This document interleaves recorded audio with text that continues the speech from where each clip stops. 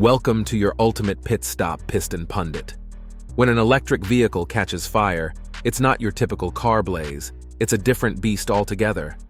The methods to extinguish these fires are extreme, pushing first responders to use tactics that feel straight out of a disaster movie.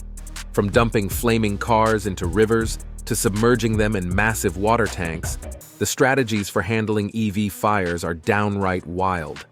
Let's explore just how extreme these methods really are.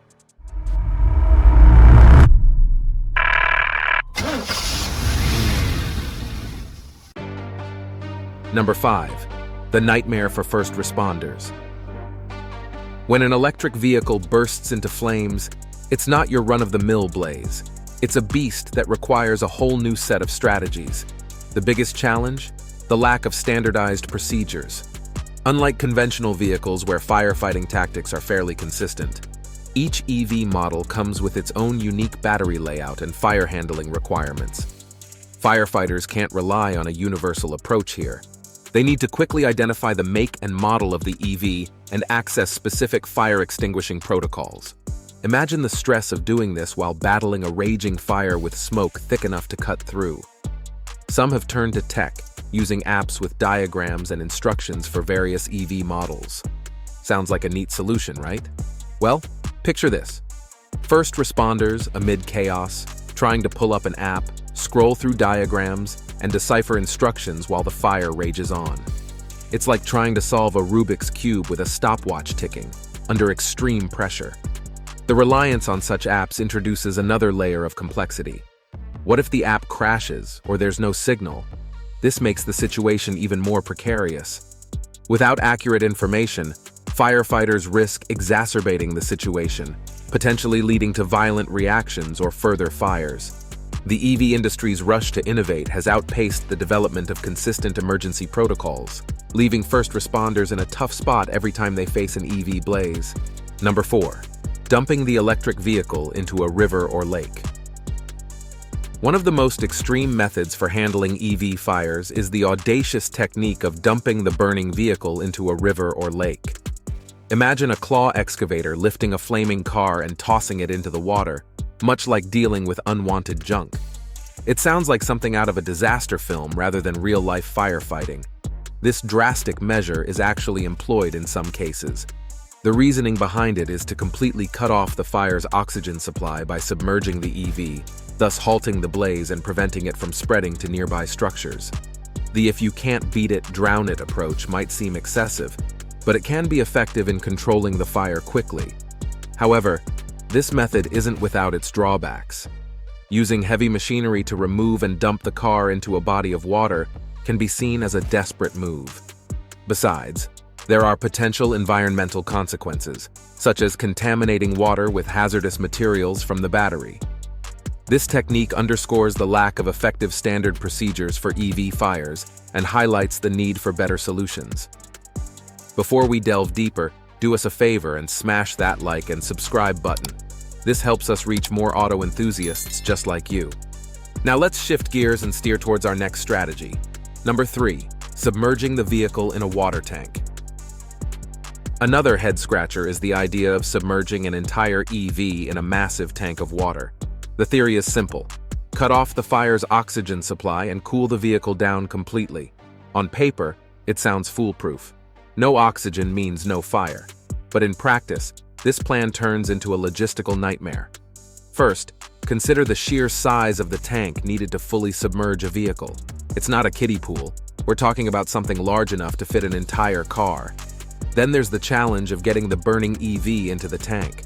You'd need cranes or heavy-duty lifts, making this method impractical in urgent situations. Moreover, transporting such a giant tank and the necessary equipment to a fire scene is far from feasible. And let's not ignore the environmental impact. Submerging a chemically hazardous vehicle could contaminate the water, creating new issues to address.